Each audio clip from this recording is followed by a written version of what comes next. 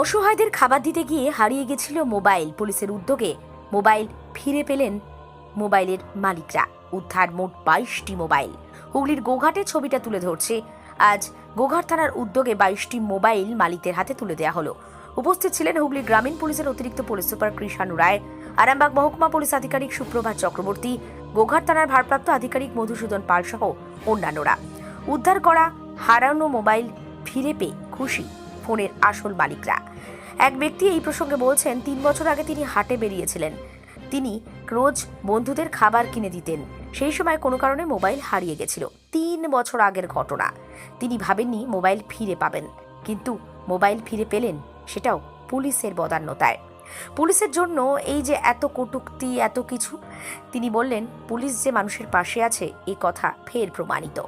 এ বিষয়ে আর কি জানা যাচ্ছে সবটাই তুলে ধরলাম নিউজ বাংলাদেশের পর্দায়। থানা পুলিশকে আমার কামারপুকুর সবজি মার্কেটে আমি ফোন বাজার করতে গিয়েছিলাম। আমি বাজার করতে গেলে ওখানকার দুস্থ বৃদ্ধদের কিছু চপ মুড়ি এসব কিনে দিই।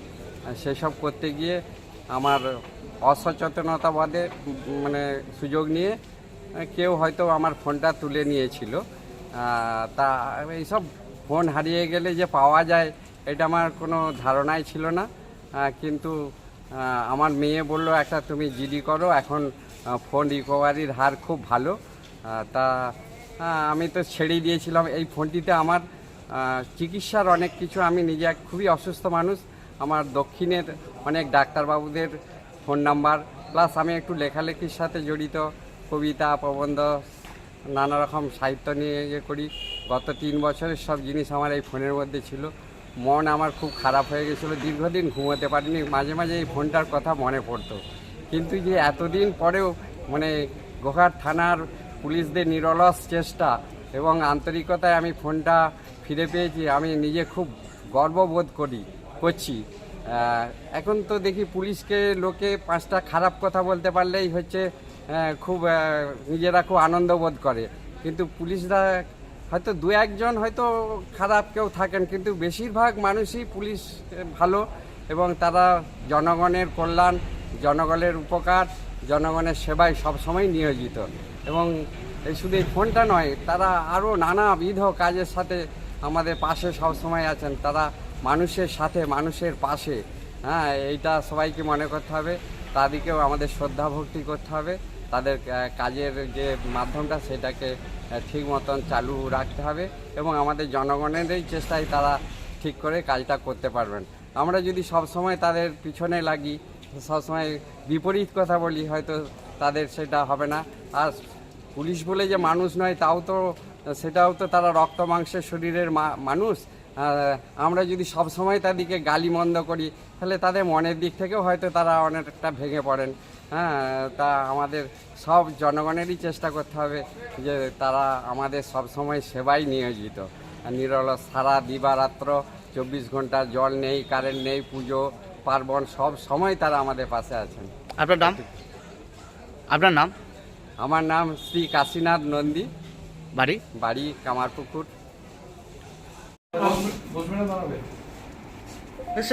দাঁড়িয়ে বসে ঠিক আছে, আপনারা দেখবেন বেশ কিছুদিন যাবৎ আমাদের বিভিন্ন যে থানাগুলো রয়েছে, প্রত্যেকটা থানায় আমরা এরকম যাদের যাদের মোবাইল হারিয়েছে সেই মোবাইলগুলো আমরা খুঁজে বের করছি এবং যার মোবাইল তাকে থানায় নিয়ে এসে তার হাতে তার মোবাইল ফিরে দিচ্ছি।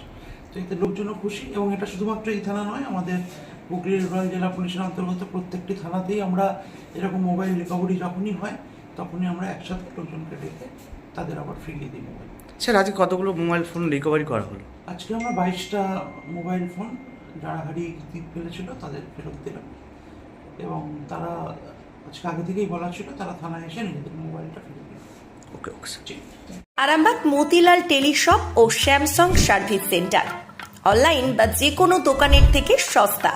আপনাদের সকলের প্রিয় মতিলাল মোবাইল, তাই আজই আসুন।